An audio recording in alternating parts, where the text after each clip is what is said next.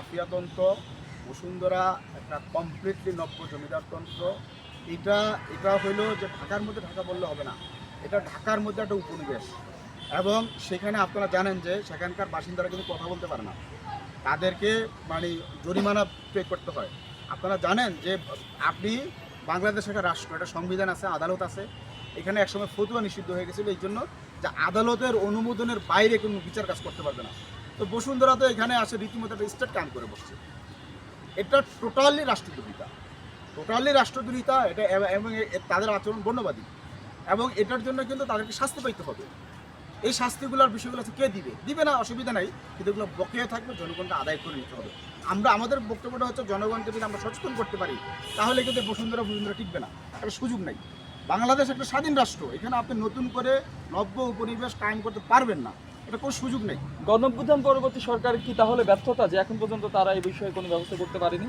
আমি তাদেরকে মানে ব্যর্থ পুরোপুরি বলবো না, আমার কথা তারা বুঝেই নাই স্বাধীনতা জিনিসটা কি, বৈষম্যহীনতা জিনিসটা কি, সেসব বিষয়ে তারা হাতই দেয় নাই। আপনারা কি দেখছেন যে এই যে অন্তর্বর্তী সরকার 1.5 বছরে এই বসুন্ধরার যে বৈষম্য বন্ধ করার জন্য কোনো পদক্ষেপ নিয়েছে? কোনো কিছু নেই।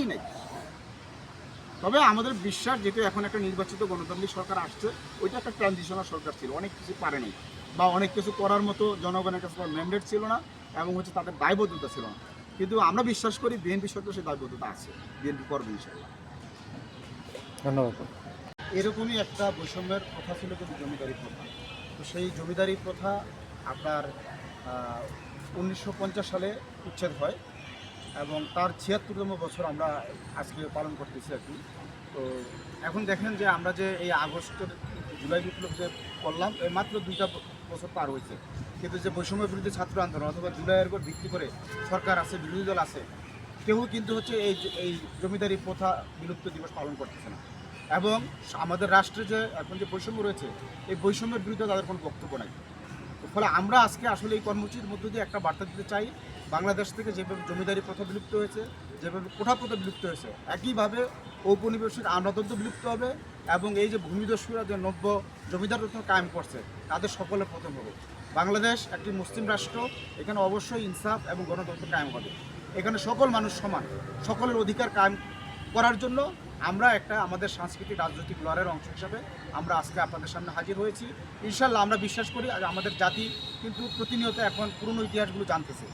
তা আমাদের 190 বছর আমাদের দেশের মানুষকে শোষণ নিপীড়ন করা হয়েছে, এবং সেই শোষণ নিপীড়নের ফলে কোটি কোটি মানুষ, অর্থাৎ ব্রিটিশরা আসার কিন্তু আপনার 13 বছরের মধ্যে এখানে 1/3 মানুষ, 3 কোটি মানুষ ছিল, 1 কোটি মারা গেছে। এরকম একটা আমরা দুর্ভিক্ষের ভিত্তিতে পার হয়ে আসছি। এভাবে 13টা মানে মোট 60টা দুর্ভিক্ষ হয়েছে, বড় বড় দুর্ভিক্ষ। তো সেই সব ইতিহাসগুলো আমরা নিয়ে আসতেছি, এবং আমাদের এখানে কিভাবে আমাদের সাধারণ মানুষ, গণমানুষ লড়াই করছে। এই যে জমিদারি প্রথা কিন্তু বিলুপ্ত হয়েছে সর্বস্তরের কৃষক শ্রমিকরা আন্দোলনের মধ্য দিয়ে। কিন্তু আমরা দেখছি যে পরবর্তীতে ইতিহাসটা কি, মুক্তিযুদ্ধ হয়েছে মানে একটা দল করছে, এবং জুলাই বিপ্লব করছে মানে কিছু ছাত্র করছে, কিন্তু লড়াইটা কিন্তু সর্বস্তরের মানুষের।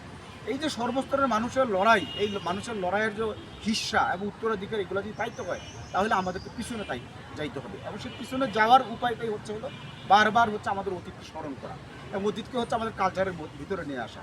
তো আমরা ইনশাল্লাহ এই বছর আমাদের সামর্থ্য অনুযায়ী ছোটো করে করছি। আমাদের ইচ্ছা হচ্ছে আগামীতে অনেক বড় পরিসরে করা। বিশেষ করে আমাদের আজকের দিনে 3টা দাবি আছে। একটা দাবি হচ্ছে যে জমিদারি শোষণ ছিল, এবং এখানে যে 190 বছরের ঔপনিবেশিক শাসন ছিল, সেটা আমাদের স্কুল থেকে বিশ্ববিদ্যালয় পর্যন্ত পাঠ্য হইতে হবে, এটা পড়াইতে হবে যে আমরা কী ধরনের হত্যা নির্যাতনের ভিতর দেওয়া, শোষণের ভিতর দিয়ে আমরা আজকে স্বাধীন হয়েছি। দ্বিতীয়ত হচ্ছে এখানে যারা জমিদার ছিল, ইনক্লুডিং রবীন্দ্রনাথ কিন্তু জমিদার ছিলেন, এবং এই যে আপনারা দেখছেন এখানে 18 দফা যে নির্যাতনের কথা বলা হয়েছে, সবগুলো নির্যাতন কিন্তু রবীন্দ্রনাথের সময় হয়েছে। ফলে আমাদের বক্তব্য হচ্ছে জমিদারি লিগাসির সাথে জড়িত, নীতির সাথে যারা জড়িত, তাদের কোনো কিছু পাবলিক ডোমেনে থাকতে পারবে না, তাদের নামে শিক্ষা প্রতিষ্ঠান থাকতে পারবে না, তাদের নামে কোনো ধরনের রাষ্ট্রীয় স্বীকৃতি তাদেরকে দেওয়া যাবে না, কোথাও জায়গা দেওয়া যাবে না। এইটা একটা দিক। আর আপনার খেয়াল করছেন যে ঢাকা বিশ্ববিদ্যালয় আমরা আজকে লর্ড কর্নওয়ালিসকে কিন্তু আমরা পাথর নিক্ষেপ করেছি, আমরা ঘৃণা প্রকাশ করছি, কারণ সে চিরস্থায়ী বন্দোবস্ত দিয়েছে। তাহলে আমাদের এখন প্রশ্ন হচ্ছে, এই ঢাকা বিশ্ববিদ্যালয়ে আমাদের একটা প্রতিষ্ঠান নাম কি? কার্জন হল। তো কার্জন হলে কিন্তু লর্ড কার্জনের নাম। তো এই যে ঢাকা বিশ্ববিদ্যালয়ে যে একটা লজ্জাকে ধারণ করে আছে, এই ধরনের লজ্জাগুলোকে কিন্তু আমাদের হচ্ছে হার্ডিং ব্রিজ, অর্থাৎ ঔপনিবেশিক শাসকদের নামে যে ধরনের প্রতিষ্ঠান আছে সেই সব প্রতিষ্ঠানের নাম বদলাইতে হবে, পরিবর্তন করতে হবে। এগুলো কিন্তু হচ্ছে আমাদের জাতির স্বাধীনতার অংশ, কিন্তু আমরা কতটুকু মুক্ত হইতে পারলাম, তো এই বিষয়গুলো আমাদের করা।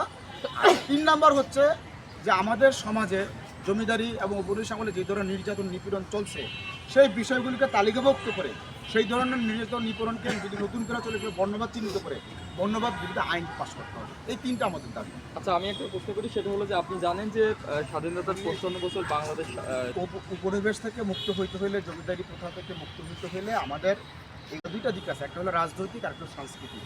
আমরা রাজনৈতিকভাবে এখনো মুক্তি পাই নাই, কারণ হচ্ছে এইখানে যারা ব্রিটিশের পরে জমিদারদের পরে যারা রাজনীতি করতেছে তারা আসলে কি, তারা হচ্ছে আমাদের মধ্যে কিছু মানুষ কিন্তু তারা নব্য জমিদার হয়ে গেছে, তারা নব্য লর্ড হিসেবে হাজির হয়েছে আর কি।